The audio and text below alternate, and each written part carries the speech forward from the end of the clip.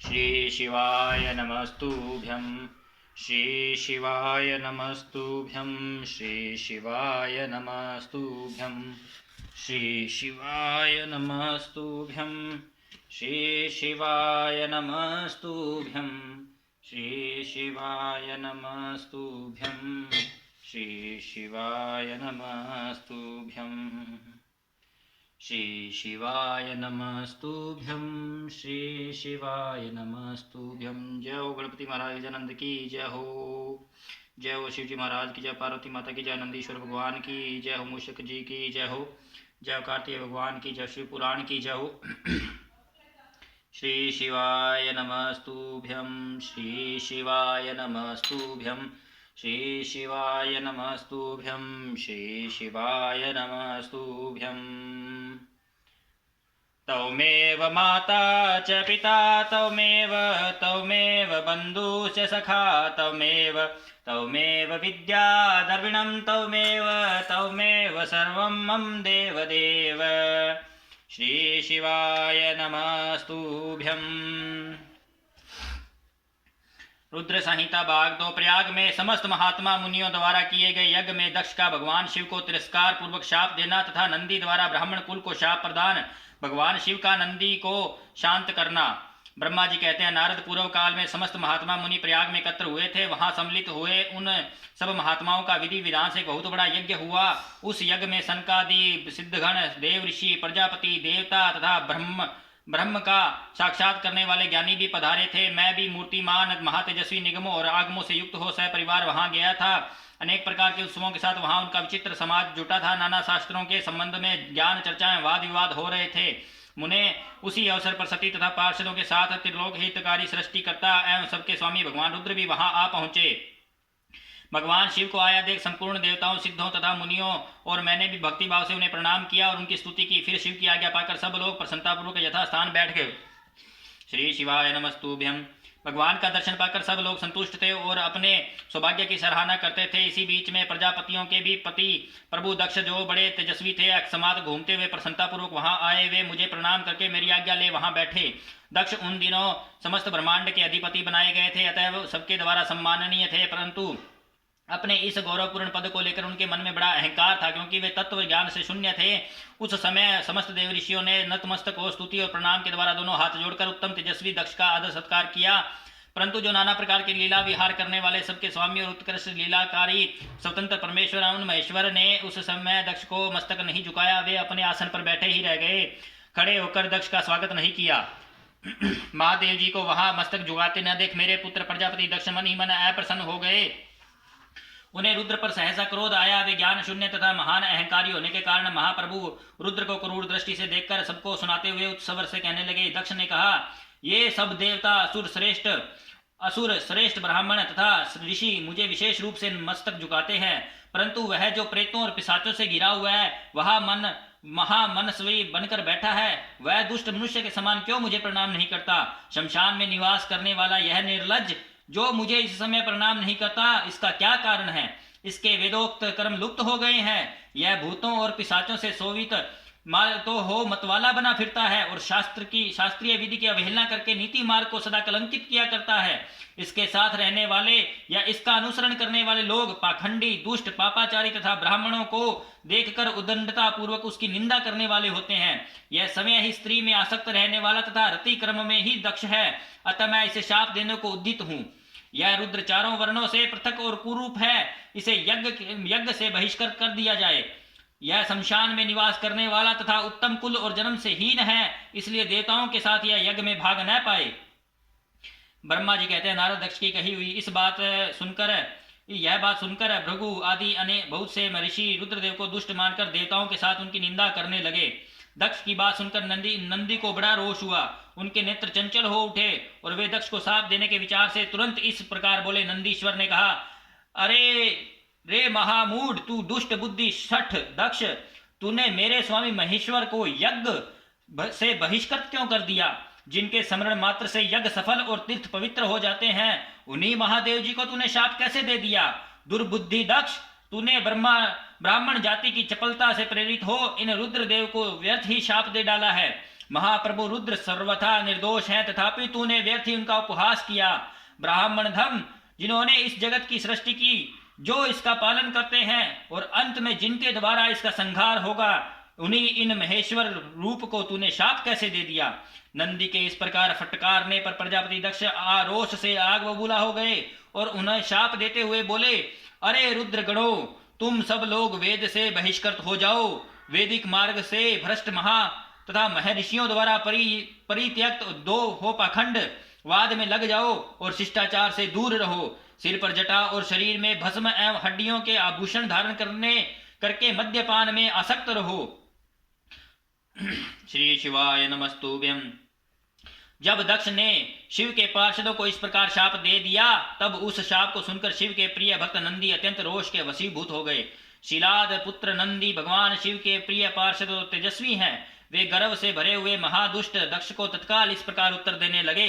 नंदीश्वर बोले, अरे शठ दुर्बुद्धि दक्ष, तुमसे शिव के तत्व का बिल्कुल ज्ञान नहीं है, अतः तूने शिव के पार्षदों को व्यर्थ ही शाप दे दिया।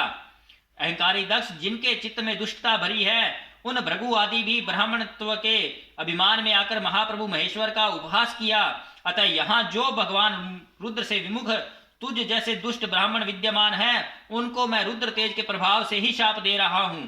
तुझ जैसे ब्राह्मण कर्म फल के प्रशंसक वेदवाद में फंसकर वेद के तत्व ज्ञान से शून्य हो जाएं। वे ब्राह्मण सदा भोगों में तन्मय रहकर स्वर्ग को ही सबसे बड़ा पुरुषार्थ मानते हुए स्वर्ग से बढ़कर दूसरी कोई वस्तु नहीं है ऐसा कहते रहे, तथा क्रोध लोभ और मद से युक्त हो निर्लज भिक्षुक बने रहें। कितने ही ब्राह्मण वेद मार्ग को सामने रखकर शूद्रों का यज्ञ कराने वाले और दरिद्र होंगे, सदा दान लेने में ही लगे रहेंगे। दूषित दान ग्रहण करने के कारण वे सब के सब नरकगामी होंगे। दक्ष, उनमें से कुछ ब्राह्मण तो ब्रह्म राक्षस भी होंगे। जो परमेश्वर शिव को सामान्य देवता समझकर उनने से द्रोह करता है, वह दुष्ट बुद्धि वाला प्रजापति दक्ष तत्व ज्ञान से विमुख हो जाए। यह विषय सुख की इच्छा से कामना रूपी कपट से युक्त धर्म वाले गृहस्थ आश्रम में आसक्त रहकर कर्म कांड का तथा कर्म फल की प्रशंसा करने वाले सनातन वेदवाद का ही विस्तार करता रहे। इसका आनंददायी मुख नष्ट हो जाए, यह आत्मज्ञान को भूलकर पशु के समान हो जाए तथा यह दक्ष कर्म भ्रष्ट हो शीघ्र ही बकरे के मुख से युक्त हो जाए। इस प्रकार कुपित हुए नंदी ने जब ब्राह्मणों को और दक्ष ने महादेव जी को शाप दिया, तब वहां महान हाहाकार मच गया। नारद, मैं वेदों का प्रतिपादक होने के कारण शिव तत्व को जानता हूं, इसलिए दक्ष का वह शाप सुनकर मैंने बारंबार उसकी तथा भृगु आदि ब्राह्मणों की भी निंदा की। सदाशिव महादेव जी भी नंदी की वह बात सुनकर हंसते हुए से मधुर बाणों में बोले। वे नंदी को समझाने लगे। सदाशिव ने कहा, नंदिन, मेरी बात सुनो। तुम तो परम ज्ञानी हो, तुम्हें क्रोध नहीं करना चाहिए। तुमने भ्रम से यह समझकर कि मुझे शाप दिया गया है, व्यर्थ ही ब्राह्मण कुल को शाप दे डाला। वास्तव में मुझे किसी का शाप छू ही नहीं सकता, अतः तुम्हें उत्तेजित नहीं होना चाहिए। वेद मंत्राक्षर में और सुक्त में है, उसके प्रत्येक सुक्त में समस्त देहधारियों के आत्मा प्रतिष्ठित हैं, अतः उन मंत्रों के ज्ञाता नित्य आत्मवेता हैं। इसलिए तुम रोषवश उन्हें शाप न दो। किसी की बुद्धि कितनी ही दूषित क्यों न हो, वह कभी वेदों को शाप नहीं दे सकता। इस समय मुझे शाप नहीं मिला है, इस बात को तुम ठीक ठीक समझना चाहिए। महामते, तुम सनकादि सिद्धों को भी तत्व का ज्ञान उपदेश देने वाले हो, अतः शांत हो जाओ। मैं ही यज्ञ हूँ, मैं ही यज्ञ कर्म हूँ। यज्ञों के अंगभूत समस्त उपकरण भी मैं ही हूँ।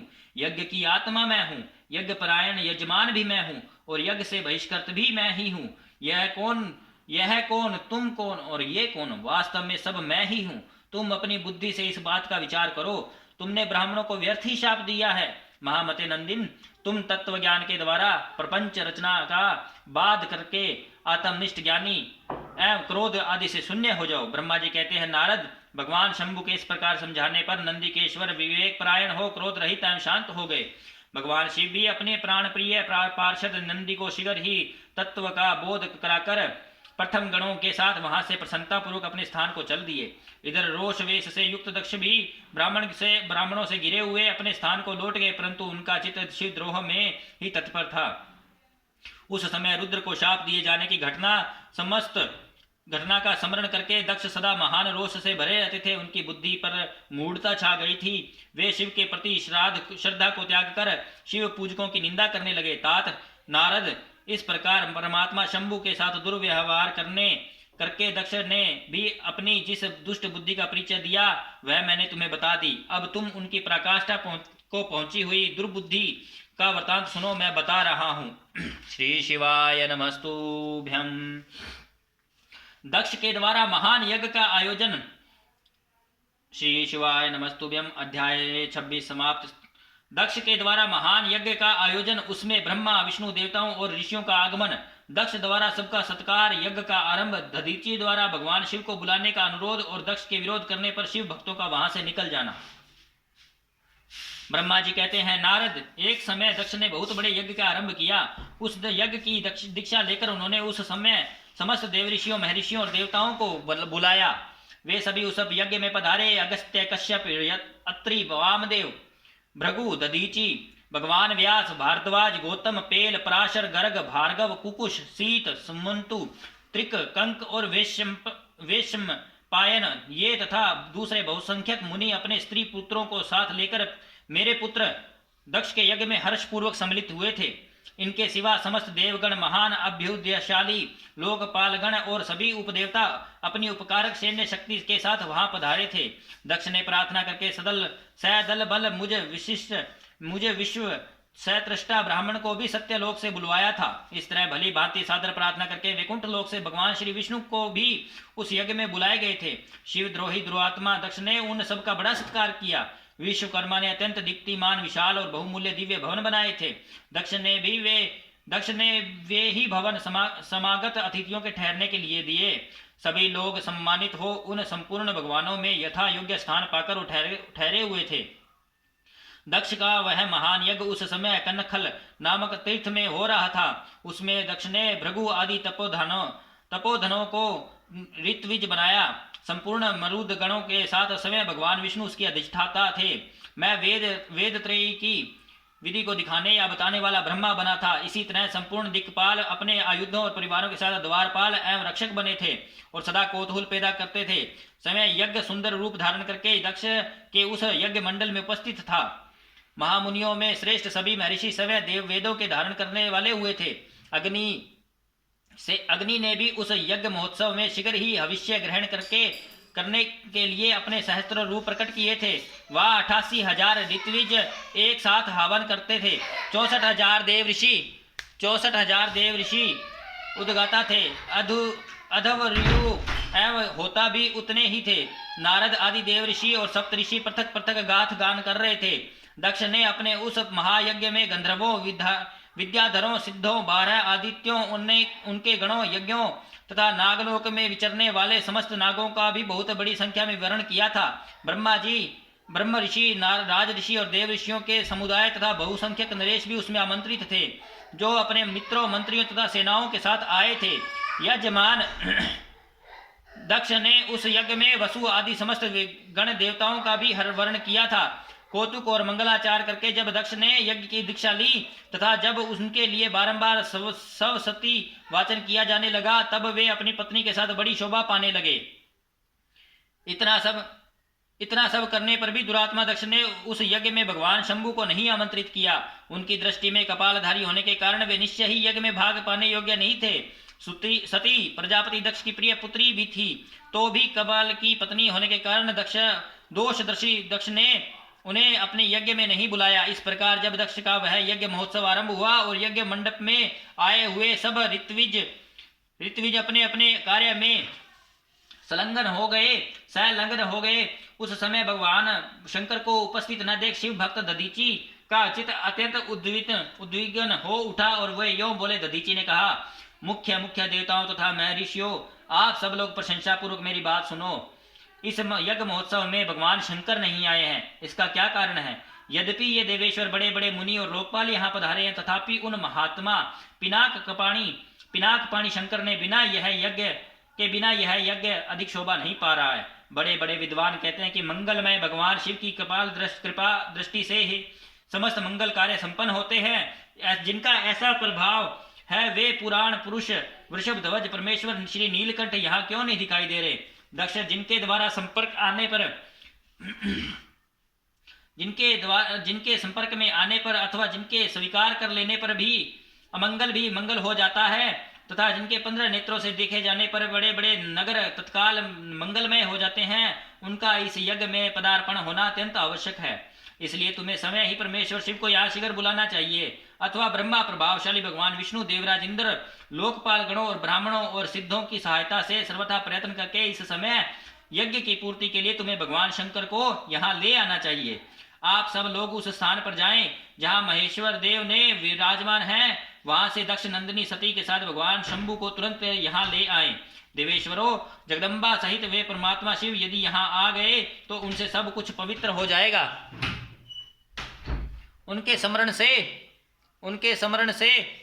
उनके नाम लेने से सारा कार्य पुण्यमय बन जाता है। अतः पूर्ण प्रयत्न करके भगवान वृषभ ध्वज को यहाँ ले आना चाहिए। भगवान शंकर के यहाँ पदार्पण करते ही यज्ञ पवित्र हो जाएगा, अन्यथा यह पूरा नहीं हो सकेगा। यह मैं सत्य कहता हूँ।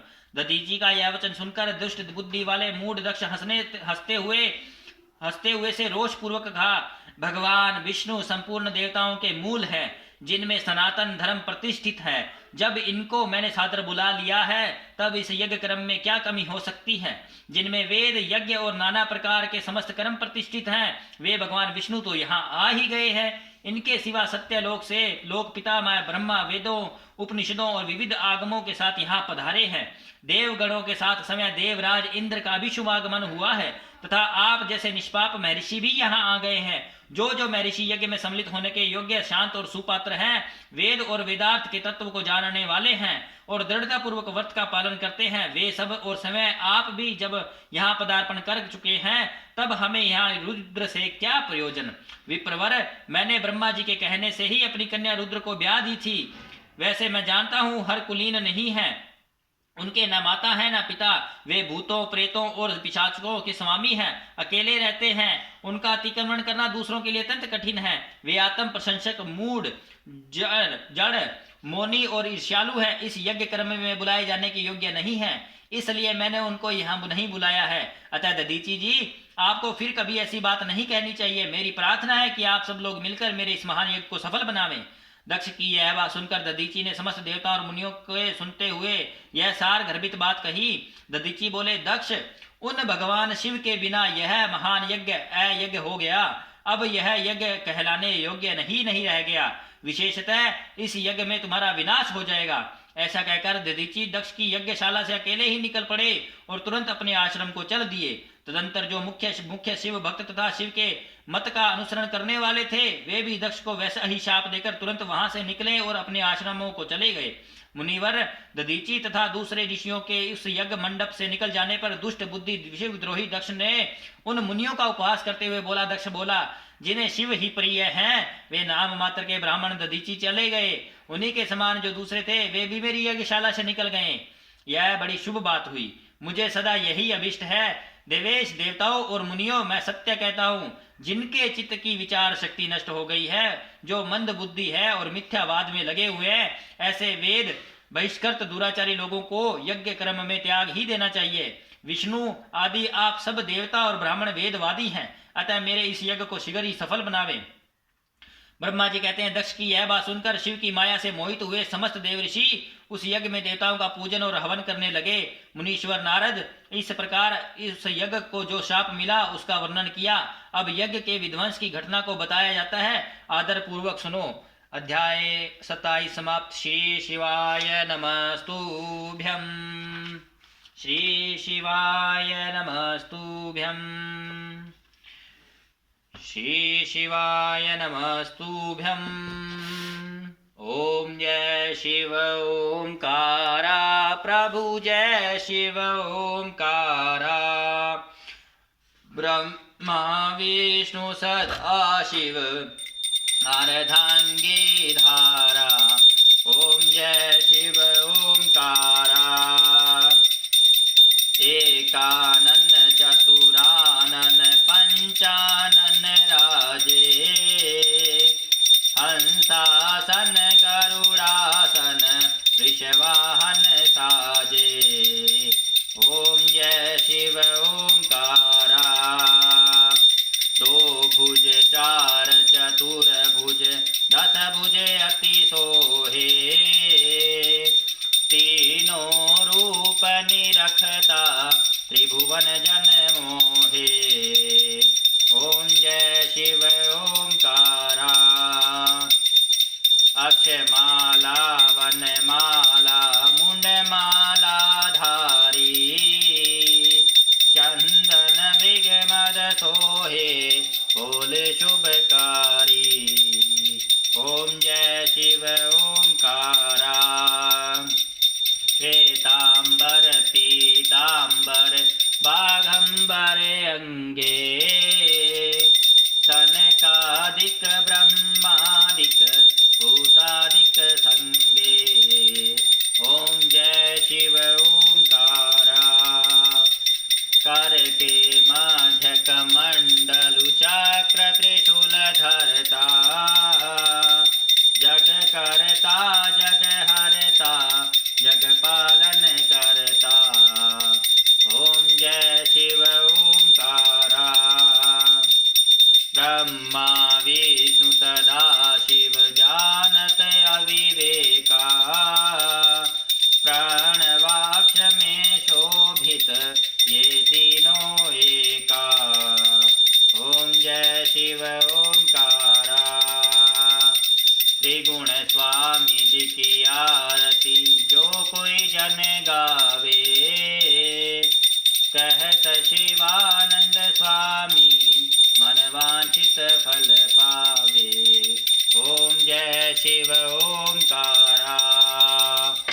बोलो श्री शिवाय नमस्तुभ्यं। जय हो कुबेरेश्वर महादेव की जय हो। पशुपतिनाथ महादेव की जय हो। नीलकंठ महादेव की जय हो। नागेश्वर महादेव की जय हो। सोमनाथ महादेव की जय हो।